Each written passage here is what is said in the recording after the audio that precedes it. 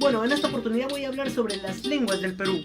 Las lenguas nativas en el Perú. ¿Cuántas lenguas nativas se hablan en el Perú? Muchos tendrán la respuesta correcta, otros dirán 3, 4, 10, 15.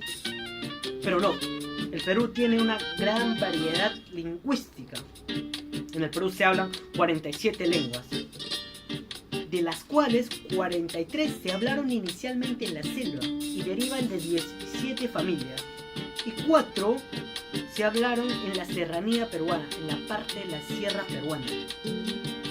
Se hablaron inicialmente.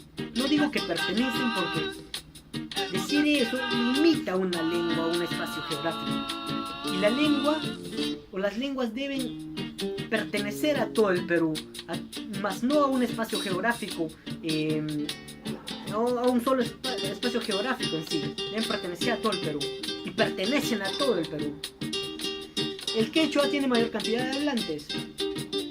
Más de 3 millones hablan el quechua y es la lengua con más cantidad de hablantes. Y el Xaninca en la selva peruana tiene mayor cantidad de hablantes, con 98.000, un aproximado de 98.000 hablantes. Ahora, ¿son lenguas o son dialectos? Muchos ahorita dirán dialectos.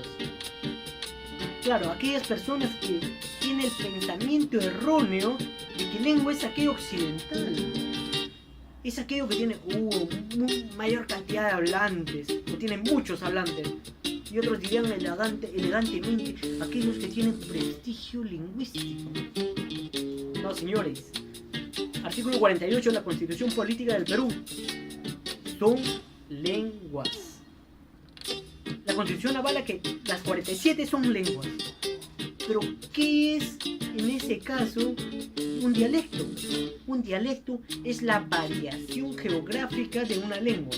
Es decir, en Lima no se habla igual que en Ancash, y en Ancash no se habla igual que en La Libertad. Varía geográficamente. Ahora, no es la única variación, también existe, por ejemplo, la variación situacional. Yo no hablo igual con mis papás y no hablo igual en una exposición. O yo no hablo igual con mis amigos y no hablo igual en una entrevista. Es decir, varía situacionalmente. También existe la variación diacrónica, variación con el tiempo, que cambia con el tiempo. El castellano del siglo XVIII no es el mismo que el castellano del siglo XXI. Toda lengua viva tiene como característica cambiar, es cambiante. No puede estar estático, tiene que variar con el tiempo. Lógicamente, manteniendo los parámetros cambia una lengua. En caso, por ejemplo, del latín es una lengua muerta. Claro que lo hablan, pero ya no cambia. No se aumentan palabras, no se eliminan palabras. Entonces ya no cambia, porque es una lengua muerta. Es cierto que algunas lenguas se han extinguido con el tiempo, pero no es que han desaparecido del todo.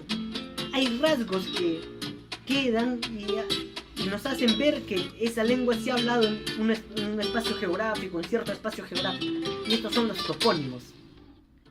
Los topónimos son los nombres que se le pone a un lugar con esa lengua que se hablaba en ese espacio. También han sobrevivido de una u otra forma con los apellidos, o con los nombres de los animales, o con los nombres de las plantas que se le han puesto. Bueno, ahora quiero tocar un tema un poco más delicado, que sería la discriminación lingüística.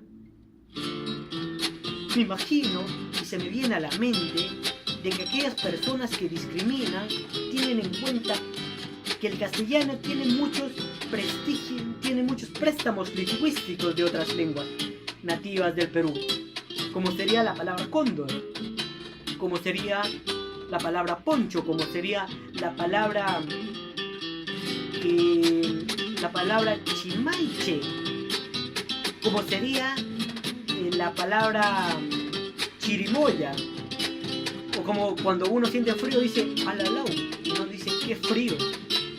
Son préstamos lingüísticos que se ha hecho el español o el castellano de las lenguas nativas. Me imagino que esas personas que discriminan tienen en cuenta este dato, ¿no?